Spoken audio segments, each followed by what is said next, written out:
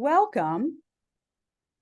We are delighted to have you joining us today for this webinar on moral injury and recognizing that all of us are at risk of moral injury is what we'll be talking about today. My name is Vaughn Upshaw, and I am a professor of the practice at the Gilling School of Global Public Health. And I'm delighted to be here in my role as the principal investigator for a project working to build veteran healthy communities that we are doing in partnership with the Durham VA and Vision 6 in North Carolina. We hope that all of you who are participating today have an opportunity to learn something about what may be going on in your own backyard, maybe about your own experience, but also we will record this session and have it available so that you can share this with others as you think they may benefit from this information. I'm joined today by our project director, Addie M. Seiss. She is the person who will be following up with any questions that people have, making available the resources that we're sharing today after the event. And you can reach us at healthyvets@unc.edu. We'll remind you of this as we go along, but I would like to let you know that we are here in Chapel Hill and are happy to be a resource to helping you find the things that you're looking for after this session. Our guest today is Sarah Archer. Dr. Archer is an adjunct professor at Indiana University School of Public Health, but she is someone who has worked as a nurse. She has a background in public health, an MPH and a DRPH. She has many decades of experience in both clinical and community-based public health, but also, and importantly for the work that we're here to talk about today, she's worked in humanitarian relief efforts, and she has been a consultant with the U.S. military. And in her roles in clinical settings, humanitarian settings, and military settings, she's learned personally what moral injury is about, and she has worked with many others to help them understand how moral injury may be influencing their own lives. So we are delighted to have Dr. Archer with us today as an expert in moral injury, and we look forward to having your questions and your comments as we learn together about what we can do to take care of ourselves, as well as our friends, our families, and our neighbors, as we learn more about what this condition of moral injury can do to influence people's personal lives, their family lives, and their ability to connect with others in their communities. So with that, let me just say, welcome, Sarah Archer. We are delighted to have you here today. And I will be sharing slides. So as you need me to, you just say advance, and then Great. I will do that. Great. Thank you very much. Thank you for that very nice and thoughtful introduction. Yeah, we're all delighted that you're here. And as Vaughn says, I will point out in probably over detail, but that because it's important that all of us, as the title implies, are at risk of moral injury, particularly, I think, at this time in this country, under this and in this world. Now, I'm going to read to you, not because I don't know what I'm talking about, but because if I do know what I'm talking about, and if I don't read to you my story, I will get off track and we'll be here till tomorrow. So I have had moral injury myself since 1994, when I was country director and medical coordinator of an international emergency medical non-government organization in the Central African country of Rwanda, whom you may remember was undergoing at that time a genocide that killed over 800,000 people, of whom we know, and caused many, many more to be injured and displaced. And the West basically did nothing to help Rwanda, which is a whole nother issue, but we'll not take up today. But those of us who were there kept talking about that. Our Our mission in Rwanda was to refurbish and reopen hospitals and their satellite clinics to serve the local population, some of whom had returned, some of whom had remained, and but there had been no medical care for about 6 months. We also had to train anyone we could recruit to do primary health care in the areas we were assigned to by the United Nations High Commissioner for Refugees, who was basically in charge of not only us, but much of what was going on in Rwanda at the time. Because previous staff from these facilities were either dead or had fled and had not returned from the genocide. When I arrived in Kigali via a UN cargo plane sitting on a skid of beans, sacks of beans, with $50,000 in US cash in my lap to get started. There was no government. We had no access to land travel, so everything was dependent on UN air, food, everything else. We had no banks, we had no medical supplies, we didn't have much food. The only thing we really had was carnage, and we had, God knows, more than that we needed. Everybody's supply chain was dependent, as I said, on UN air from Nairobi in Europe. At the beginning, none of us had very much. And in addition to the demand for services from people who had been injured and traumatized, we had the usual clientele of a health system: pregnant women, infants, malnourished under 5-year-old children, people suffering from trauma, non-communicable diseases, in Africa, terminal AIDS, etc., all of whom needed immediate medical and mental health care. Think about it, 800,000 people killed in a matter of about 4 months, April to August. In the face of all this, as country director, I had to make a triage decision that our limited supplies and personnel could only be used to treat the people that we could reasonably assume were going to survive. This situation, and decision was what we call a potentially morally injurious event. Because as a nurse, I had taken an oath to do no harm. Although I had made the decision to do this and rescinded it as soon as I could, and we had a reasonable and reliable logistics chain for supplies and personnel, I continue to feel guilty because my decision caused some people with severe NCDs and terminal conditions to be denied care, and therefore to perish prematurely. And as you can see, my guilt and grief never go away, because I violated my own personal and religious code and my professional oath to do no harm. This is an example of moral injury. Advance, please, first slide.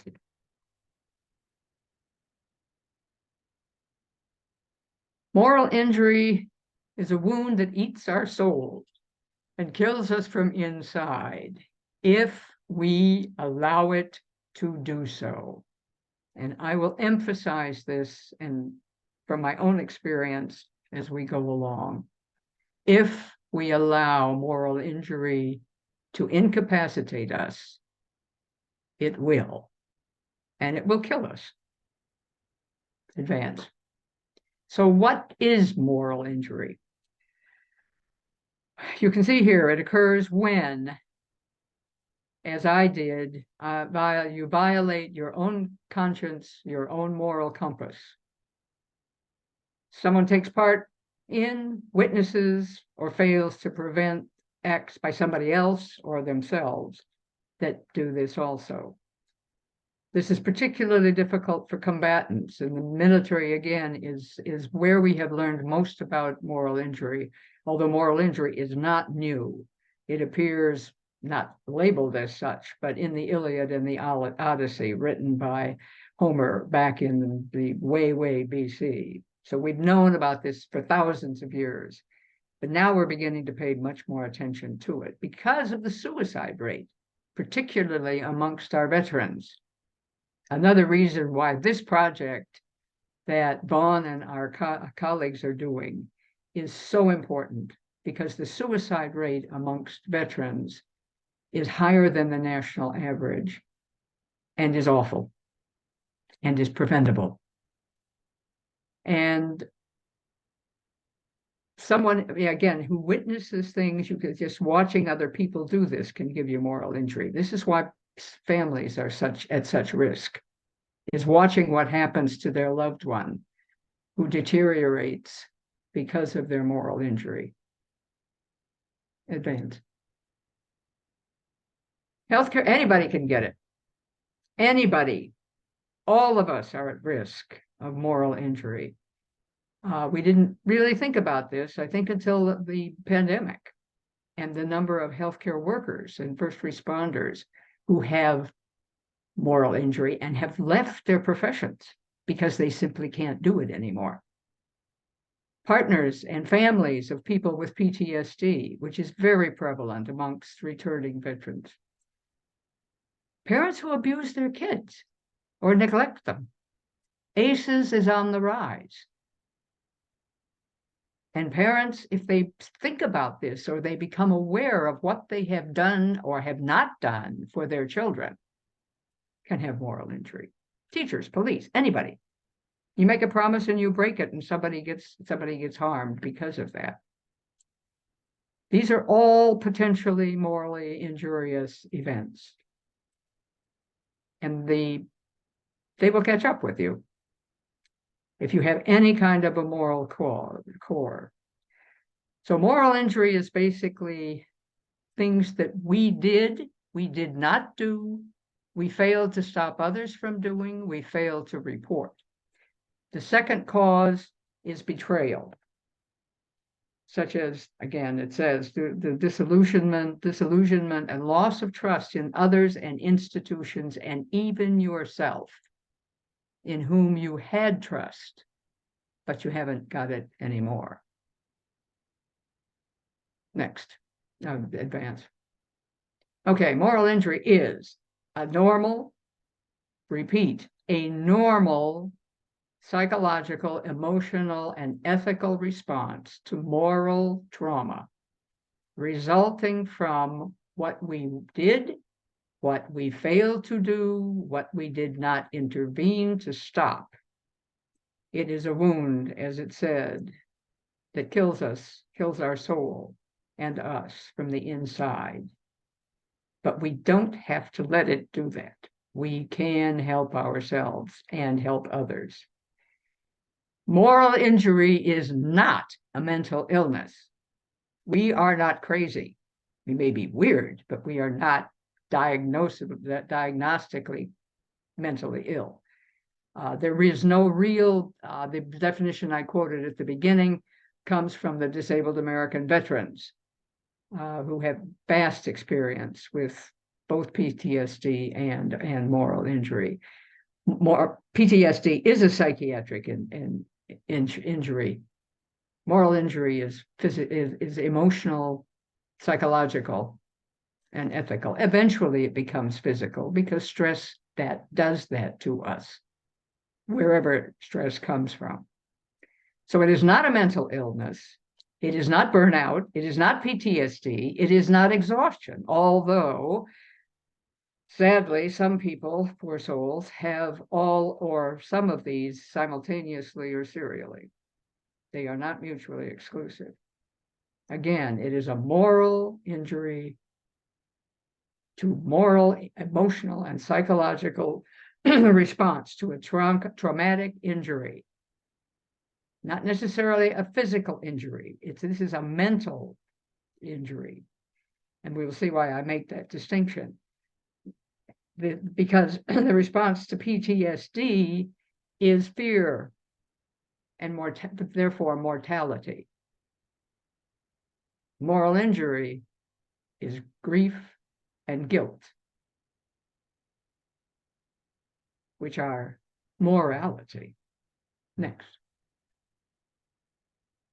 Okay, let's talk about perpetration or I did it myself based injuries, such as I did. And this is one of the things that is so problematic with moral injury, is that I cannot blame it on anybody else. I did it. I did not involve my staff because I knew they'd be in the same boat I was, and I could not do that to them.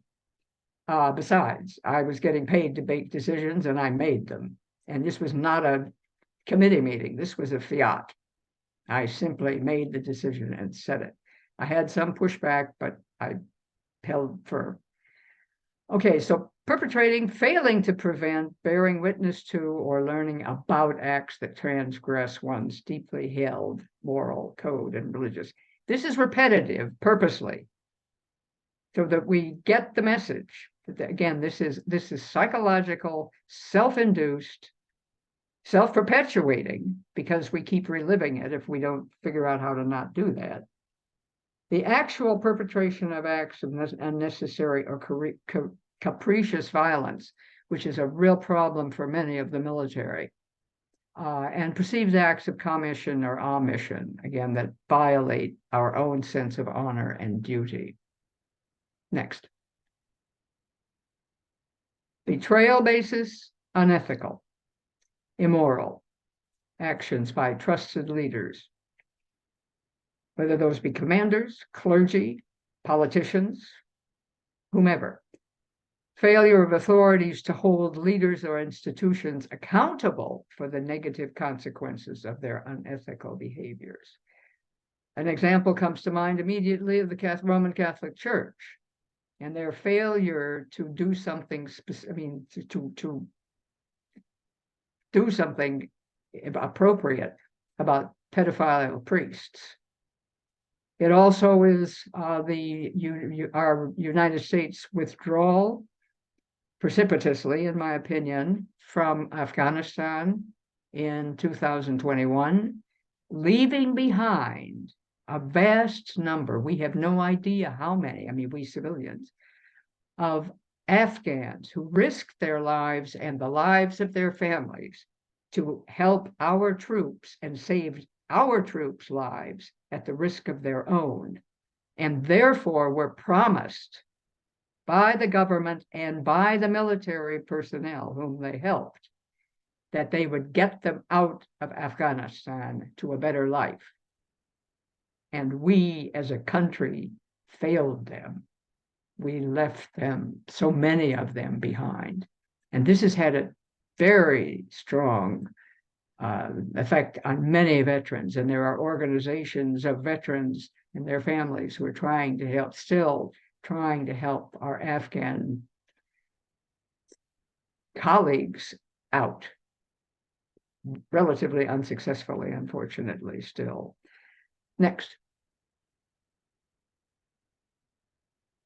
Okay, so what does moral injury do to you? Lots. Name it, you got it. You can have all these, some of them, none of them. The most crushing, of course, is that all of them, or parts of them, or even a few of them, can lead people to suicide, domestic violence, child abuse, self-inflicted wounds. People lose track of their ability to feel their own bodies because they are so numb with their guilt and remorse and anger at themselves. And they end up cutting themselves and or other sorts of self-mutilation. Their self-esteem is zip. And feelings of betrayal, feelings that they betrayed or were betrayed, or God help them, both. And the cumulative effect of this, we believe, that has a great influence on the rate of suicide, particularly among veterans. There's at least, we know of at least, or we have 11 a day. However, that's very difficult to know if a single person automobile accident is an accident or a suicide. It's difficult to know if an overdose is an accident or suicide. So it's not just looking at the people who have weapons and therefore can shoot themselves, which is pretty effective particularly because they know how to use them in the case of the military. But we see substance abuse, poor self-care, domestic violence, all these things. I mean, this litany of symptoms, all of which one would wish that he or she did not have, but can't get rid of because they are haunted by what, as I am, what I did. Next.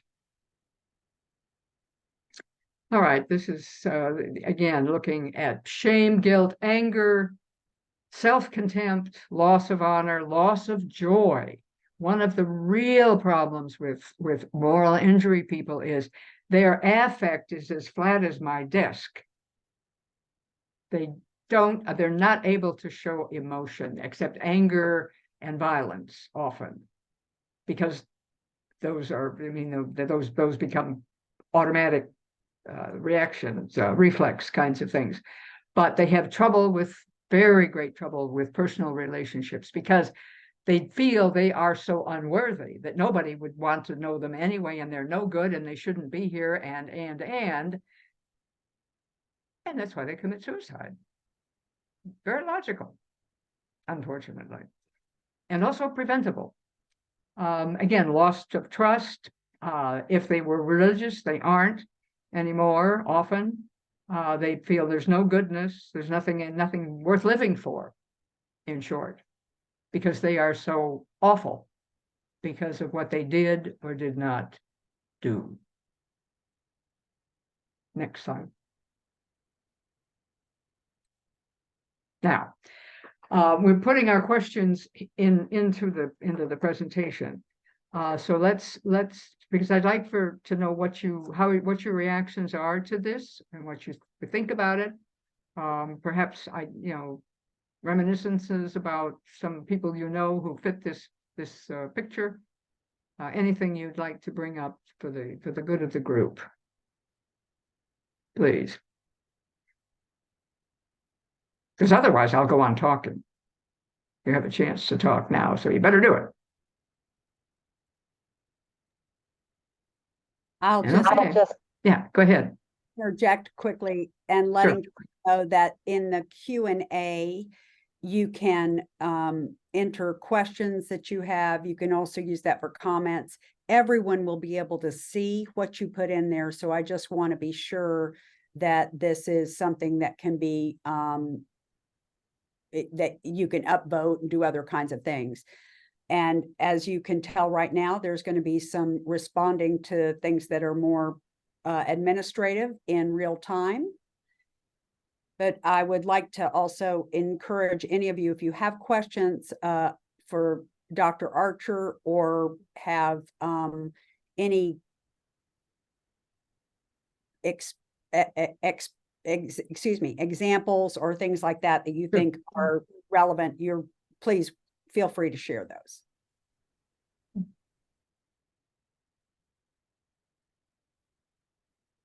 Okay, well, hearing none, we'll continue, and there'll be time also next couple more and then at the end. But please do, because one of the things that we have to learn when we have psychological problems, we have to share them. We have to get them out. We have to write them down so that we see them. And in doing that, it helps us to normalize them. They never are normal, but we get our hands around them and are able to put them in the past as something that happened for me 20, 30 years ago. Still there, never goes away, never will, but I can manage it. And we'll talk about some of the reasons why. But first, let's talk about, again, because there's a great deal of there's a great deal of misunderstanding that what is PTSD, what is moral injury. And you can see from that Venn diagram with a great overlap, that's one of the reasons it's confusing. But here the triggering events, this is straight via U.S. government. All right, actual and threatened serious death is PTSD. Okay.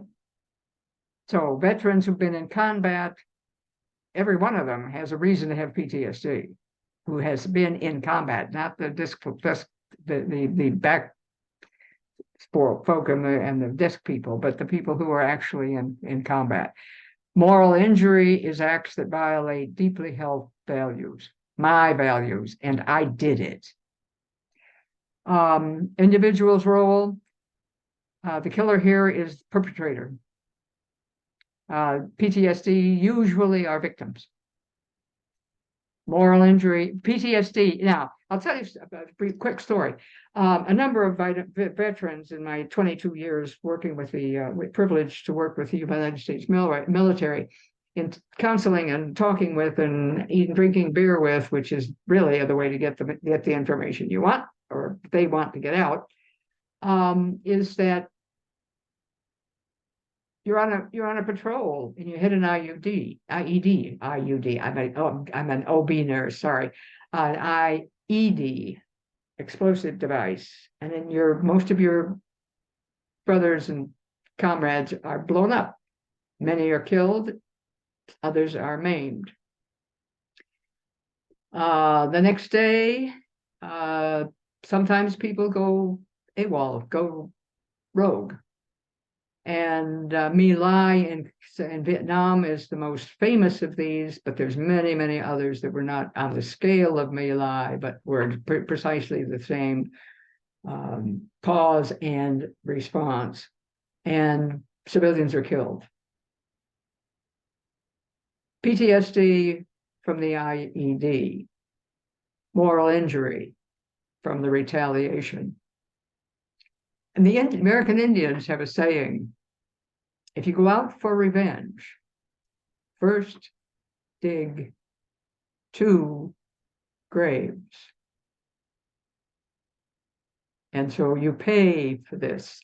At the time, this rogue activity, this excessive violence, this retribution, this vengeance comes back to haunt you. And it never goes away because it's moral injury. You did it.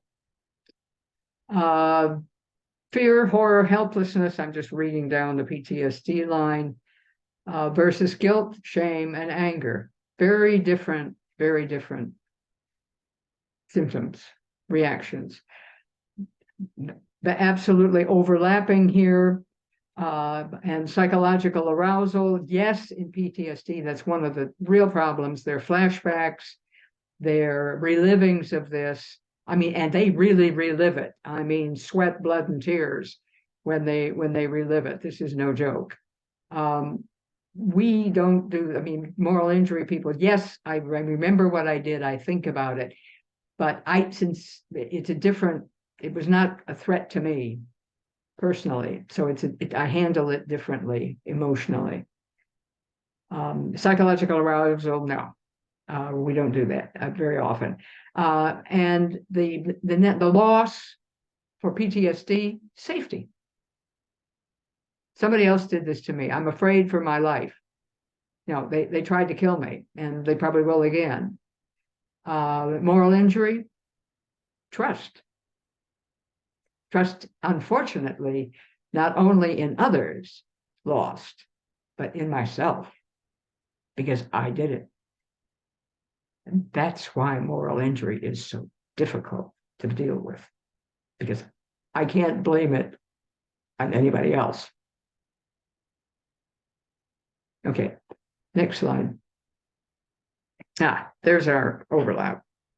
So you can see that the reason we are confused about these two, and that people tend to lump them together, although they are significantly different, obviously. But they also have a lot of very similar, including suicide. responses and outcomes. We know a lot more about PTSD than we do about moral injury. We're learning the literature on moral injury is exploding. You know, Uncle Google has all the good literature. Go look at it, and it's fascinating. And the evolution of how we understand this, and therefore the kinds of things we're trying to do to mitigate it. I wish, as a public health person, that we were doing more to prevent it. I had talks particularly with senior non-commissioned officers who were the ones who really work with the young troops because they are working with the enlisted folk. And we know that brain-wise development, our frontal lobes, which are the rational, executive, control parts of our brain and our personality, do not develop fully until we are at least 25. Therefore, we've got a whole bunch of young people in our military who are seeing a whole lot of horrible stuff. And their brains just simply, this is not a criticism, this is a fact. They simply are not prepared to deal with them. And this, I used to say to the guys, to the NCO, senior NCOs, try to tell your people things are going to happen. And they say, well, then that just scares them. And I said, it makes them think about it so that they are not blindsided when it actually happens.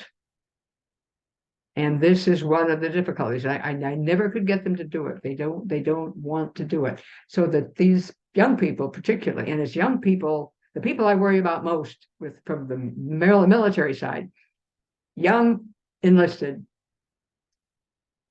people who, National Guard and Reserve, who come home to their homes, to the communities, to Alamance County, to elsewhere in the United States, to their families, who have changed, and so have they. But they are not surrounded as our military folk on a base where everybody can say, I know how you feel, I've been there. These folks, Reserve, Guard, are much more isolated, and so are their families. And it is these who about whom I am the most concerned. Next slide. Okay, this is the quick and dirty summary. The rape victim will likely develop PTSD. Why? Because it was done to her or him. It's a fundamental emotional and physical response to events causing PTSD is fear. So again, it is mortality. The rapist, if they have any moral core, will likely develop moral injury because they know they have done something wrong in their own belief system, not somebody telling them you did something wrong. It's me telling myself, I let those people die, or I caused those people to die, worse yet, prematurely by my decision. The fact that I had no choice but to make that decision under the circumstances is absolutely rational and therefore irrelevant, because this is an emotional issue. And rationality is, at this point, sleeping someplace else. So the difference is an emotional response to events causing moral injury is guilt. Morality. Mortality versus morality. Both serious, both can kill you. Process of getting them is different. And again, because moral injury is something I did to myself, or I caused to happen to myself, makes it very difficult to treat. Because there's no magic bullet, there's no pill, there's no ganglion surgery that are ganglion obtunding that permits the volatility that many PTSDs people have. This doesn't work in moral injury. It's got to be, you got to do it yourself. Next. I think we're up to questions again. All right. The end is in sight, by the way. But I hope by now you, one, understand more about moral injury, that this is serious. It is everywhere. We are all at risk. And we need to remember that and to think about that. And that PTSD and moral injury are different. They overlap, but they are different. They are treated differently. Because they're caused differently. And so that one treatment doesn't necessarily work for the other. And as I said, we're looking for treatments for moral injury. My experience, as I will go into in a minute, has to do with treating moral injury is basically, in my opinion, a self-service project, because I did it. Questions, comments, please.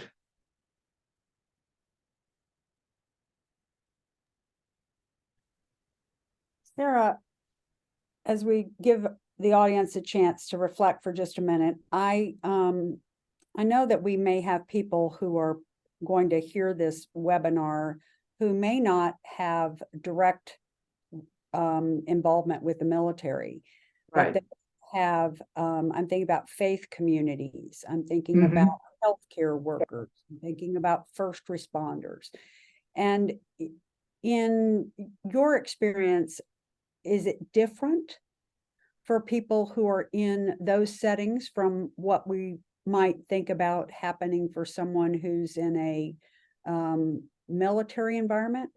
Or is the way in which you've described moral injury likely to, if I'm a faith leader and I was counseling someone to go back to a relationship, perhaps, that for the sake of the children, try to stay, with this person, and then maybe there's some physical violence or children are injured, or I'm a first responder and I am not able to get someone help. The Narcan, doesn't.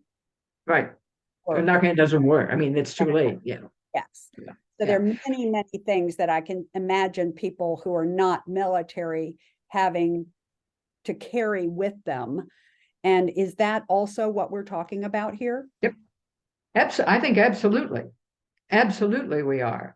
I've talked to firefighters, who are just torn up by the fact that they were unable to save people from a burning building, particularly children. And this is also true of the military. Killing women and children is particularly offensive when people have to start thinking about it, because generally, although not entirely, these are non-combatants in the military, and they are just plain victims of automobile accidents. You couldn't get the kid out of the car before it blew up. The fire person, I've done a fair amount of work with healthcare workers since the pandemic, and they're just agony over the fact that they knew people were dying. They knew their families were desperate to see them before they died, but they couldn't permit the family to do it for the family's own sake, which of course the family did not understand, and therefore gave them all sorts of grief about this, which didn't help them or the family for that matter. The institutional decay of loyalty by the fact that we didn't have enough PPE. We didn't have enough of anything after a while, partially because people didn't take the vaccines and therefore the hospitals were overloaded, which is a whole other issue, but relevant and related, causing the problem. And nurses and physicians and paramedics and hospital staff, cleaning staff, who just were simply overwhelmed and could not, knew they needed to do these things, but were unable to do so. Not by their incompetence or their procrastination or whatever, but because the institution in the greater sense, and in this one, the government did not plan for this, did not react to it, did not make sure at the beginning that we had what we needed, and some of what we had didn't work. And all of this potentiates into, I'm a bad nurse. I took an oath to do no harm, and I'm letting these people die because, oh yeah, but I can't do anything about it, but they're still dying on my watch. The teachers who want to help these children, but have not got the resources to do it. Many of the teachers buy things out of their own pocket because there is not the funding in schools to give children the skills, the material to develop the skills that they desperately need. And the teachers know this. And that's not why they went into teaching. They went into teaching to make better people out of children, not to deprive them and so on. I mean, this is, and again, this is not necessarily something you caused to happen, but you were involved in it. And then it becomes your internal problem of thinking, oh, I keep thinking about that whatever his name was, and oh God, he needed so much help and I just didn't have time. And he committed suicide. And it was my fault. Well, it wasn't your fault, but you sure can feel like you contributed to it, and this doesn't help. Oh yeah, we're all at this. Again, something as quote simple as telling a lie that causes somebody else to do something that harms them, and you hear about it and you think, oh my God, literally, I did this. Many people have no faith. Thank God that I'm not one of them. But then to whom do you turn? And I mean, this is hard. And in our society, this is all compounded by the stigma against mental illness, of which moral injury is not a member, but gets punched into the same bag with all the other psychiatric diagnoses, and so and they won't go to the clinic because they don't want to be seen going for care, because then the neighbors will say, oh yeah, no, he was over there, he was seeing that shrink, he's crazy, be careful. And that's exactly what they don't need, because they already have no self-esteem or injured self-esteem. And then people start treating them like the pariahs they think they are. Guess what this does? It just makes it worse. And we don't think about that. And our system is, I mean, we have so much mental health problems now, particularly since the pandemic. I mean, look at the numbers of suicides in young people, in kids, high school. So maybe we should go ahead and move forward to look at right, what we can do. Right. Okay, next slide. Okay, this we talked about. Now we're going to talk about things we can do for ourselves and for others. One of the most important things when you're dealing with people with firearms, which is a very substantial portion of the population who have them at home, therefore are accessible, it is little wonder that the major cause of suicide is, or the major weapon in suicide is firearms. So this is, again, Uncle Google has this, you can look it up. I just plagiarized it. Reduce access to weapons, particularly firearms. Keep them away from children. Put them in a safe and a locked gun safe. Because suicide is usually it is a cumulative trauma that finally gets to the point where the person simply cannot stand it anymore and says, I'm going to stop this, and goes for a gun and kills himself or takes pills or whatever. If you can reduce the access to the weapons of death, you may be able to help folks get past that. I'm no good. It's time for me to die. Why am I here? Poof. So lock them up, put the ammunition somewhere else, and so that it takes time. And here time is of the essence. If they have to say, oh, I can't remember where the ammunition is, and they have to go look for it. This is a distraction. And it may keep them from committing suicide. May not. They may find it and continue, but at least it's a possibility. Make a list of your reasons for living. People who commit suicide don't have a reason to live, otherwise they wouldn't commit suicide. And keep that list where you can see it. And I suggest tape it over the lock on the gun safe. So the last thing you see before you pull that weapon out and shoot yourself is, gee, I've got kids, oh, I love my dog. I really do think my job's not that bad. I mean, again, distraction. Families need to learn, recognize warning signals. Meltdown have signals. You just don't melt down instantly. It takes a while. I mean, and you can see it coming. And you need to watch for these symptoms and then get into the practicing self-management strategies. Yoga, meditation, go for a walk, go for a run, go for a pickup basketball game. Again, distraction and also physical, wearing off some of the energy that you've generated thinking how awful you are. Arrange for social support. This is so important. Make a list of phone calls of numbers of family, buddies, friends, clergy, anybody to whom you can talk freely, and again, talk therapy enables us to articulate for ourselves what's going on. Yes, other people may be listening to it, but it's important for us to be able to say this to ourselves and hear ourselves say it. Also, write it down. If you don't want to talk for the time being, write it down.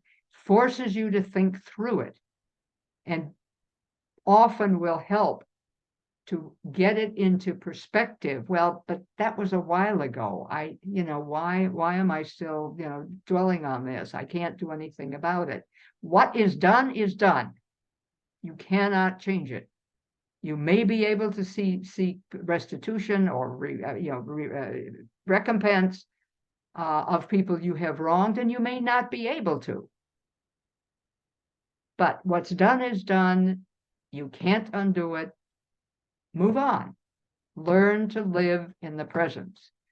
PTSD people and moral injury drive as if they were only looking in their rear view mirror much of the time.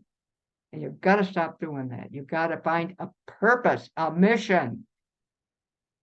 That's how I got over mine. I mean, I obviously haven't gotten over it. I choked up reading about it because I have to think about it and relive it. But that's not all bad, because I now know more or less how to handle it. And the reason I do this and worked with the military and now with healthcare workers and first responders, I hope it helps them. I know it helps me. So social support, to try to help people get off alcohol and drugs. They do not help. In fact, they're obviously hindrances. And of course, seek professional psychiatric support. There is an 988 National Suicide Prevention Line, which is particularly open for veterans as well as anybody else. And if all else fails, go to the nearest emergency room, please, where you will be protected from yourself until you calm down and are diverted or sedated or whatever. Some medications are helpful. If you have depression, you get uppers. If you have anxiety and panic attacks, you get downers. These, like drugs and alcohol, are Band-Aids. They're good for the time being, but you got to go beyond the Band-Aid stage or it doesn't work. So have a crisis response plan before you need it and practice it. response plans are no good if you don't practice them before you have to respond so that you know how to do it. Next slide. Okay, self-help. Again, moral injury is a self-inflicted wound. We cannot deal with moral injury. We cannot deal with something we cannot name. So at least now we have a name for what we have. I don't know how many military people and healthcare workers have said to me after one of these discussions that I didn't know what I had. Now at least I have a name. It's a whole lot easier to deal with something you can name than something that's just, what is this? This is, I feel like hell, but what's going on? I don't know what to call it. I don't know what to say about it. Forgiving is absolutely essential. Not forgiving others, but forgiving yourself, which is really hard. But it frees not only you, but other people, but also yourself. And I have still trouble with forgiving myself for what I did, even though I know rationally, because I'm over 25, at least a bit, that I had to do what I did. You have to keep the living. And I don't know how many in dealing with the scenarios we were doing in the military with near peer assailants, how many military docs and nurses we talked with me about the golden hour is gone. We can't treat these people. We don't have enough medics. We don't have enough medicines. I mean, this is a scenario. But this is going to be the real thing. And I said, this is going to be the real thing. Be ready for it. You're going to be doing reverse triage just like I did. You got to get the walking wounded back on the line, and the seriously injured will have to wait. And this is exactly the opposite of how we're trained. But it is the reality in the field. And I've had great big military surgeons crying on my shoulder about this. But this is the reality if we ever, God help us, get into a near peer war with anybody, I don't care with whom. Again, my faith, I am a practicing Christian, or at least I try to be. And I practice, but I don't think I get much better, but that's up to God. But I do believe God is a loving and forgiving God. And this has helped me a great deal. And I can talk to God when I can't talk to other people. He doesn't always answer, but also, again, I go back to find a mission to do, work in a food pantry, do something for children, whatever. And so that you, because faith without works is dead for us who are religion. I mean, Jesus said it, and Paul harps on it all the time. And James really lays it on the line, which is what's quoted here. Faith without works is dead. And unfortunately, if you don't have, you may be dead yourself. So get busy. Accept what is done and cannot be undone. Focus on living in the present and anticipate the future. Another thing that folks with PTSD and moral injury lose sight of is the future. They're so busy living the past and beating themselves up over things they can no longer do anything about, except learn to live with them and to get on with their lives and help their families and other people. And forgive yourself and others, and so you can live fully again. And above all, find a person. Pursue a mission. A mission will keep you alive. My mission is doing this, and I'm still alive. You can be too. And most of all, help others, because in helping others, we restore the self-esteem we have lost, injured, obliterated by what we did. And we have to get beyond that. And as it says here, live in the present and look forward to the future. And only you can do that for yourself. It can be done. By the grace of God, I did it. Others can. Please, before you kill yourself and ruin the lives of so many other people.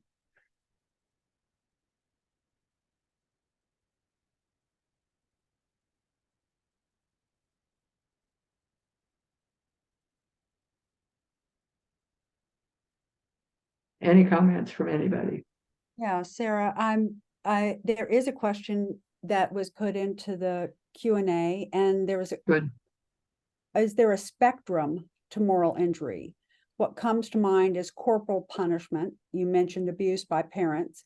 Many of us who grew up in the 70s and 80s grew up in households where spanking and other forms of physical punishment were common. Even schools practiced corporal punishment using a paddle. Oh, do I remember? As kids, we laughed and joked about being spanked, but as we got Yeah. older, we learned that has had an impact on us. Right. Now, when teachers and principals who are spanked or paddled, how do we understand how that moral injury impacts them differently, or does it?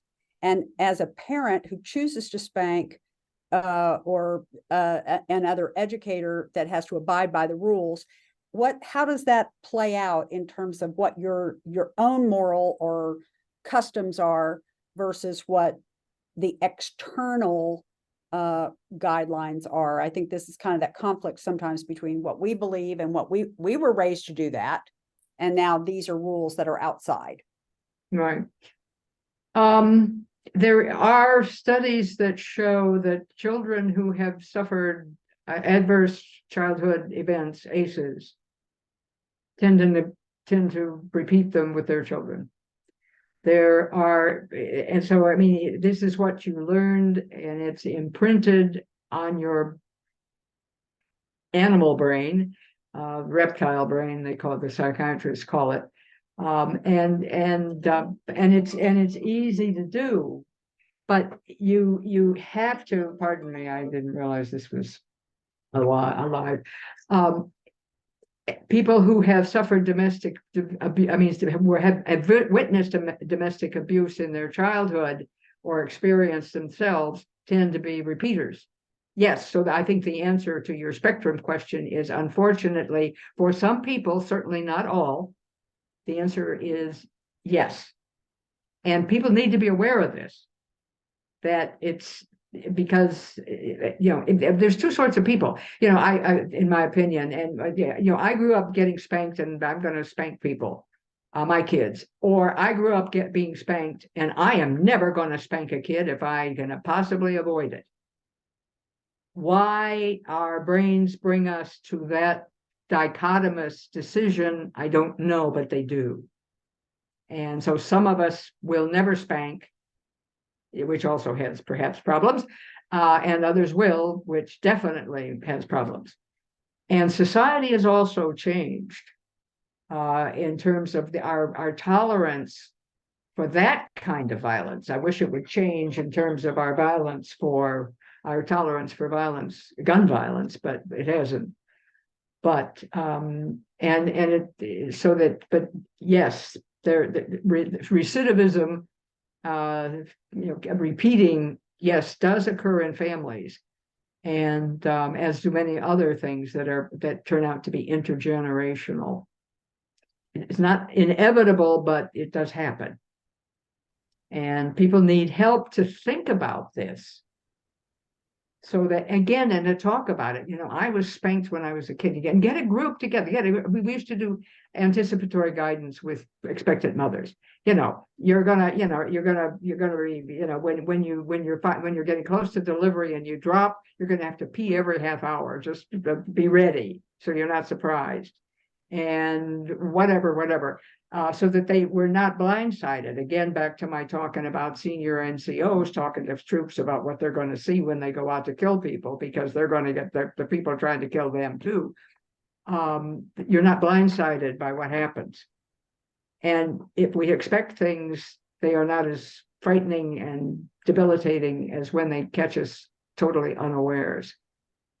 So think about these things, articulate them, get people who understand you. And this is so important with this kind of trauma, is to get either about, if it's a therapist or a spouse or a clergyman or a whomever, or the bartender. Bartenders are wonderful psychology folk in many instances. But who can say, to acknowledge the pain of the person speaking.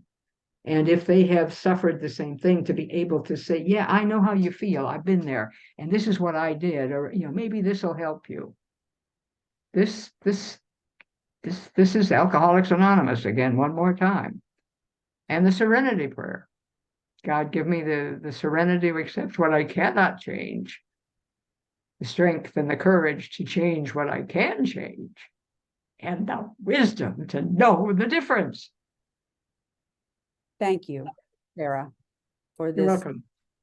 webinar. And as our final slide indicates to the audience, this is about taking care of yourselves and also the family, the community in which you live. We very much appreciate those who have joined us today for this webinar. It will be available online. Please reach out to healthyvets@unc.edu, and we will make available copies of the slides today. As you see, there were some checklists at the end. You can use those to communicate to other people in your communities about things they can do for themselves or the people around them. And we wish all of you an opportunity to go and do something as a gift to yourself and to someone else in helping them feel seen, heard, and appreciated today. Thank you for joining us. Amen.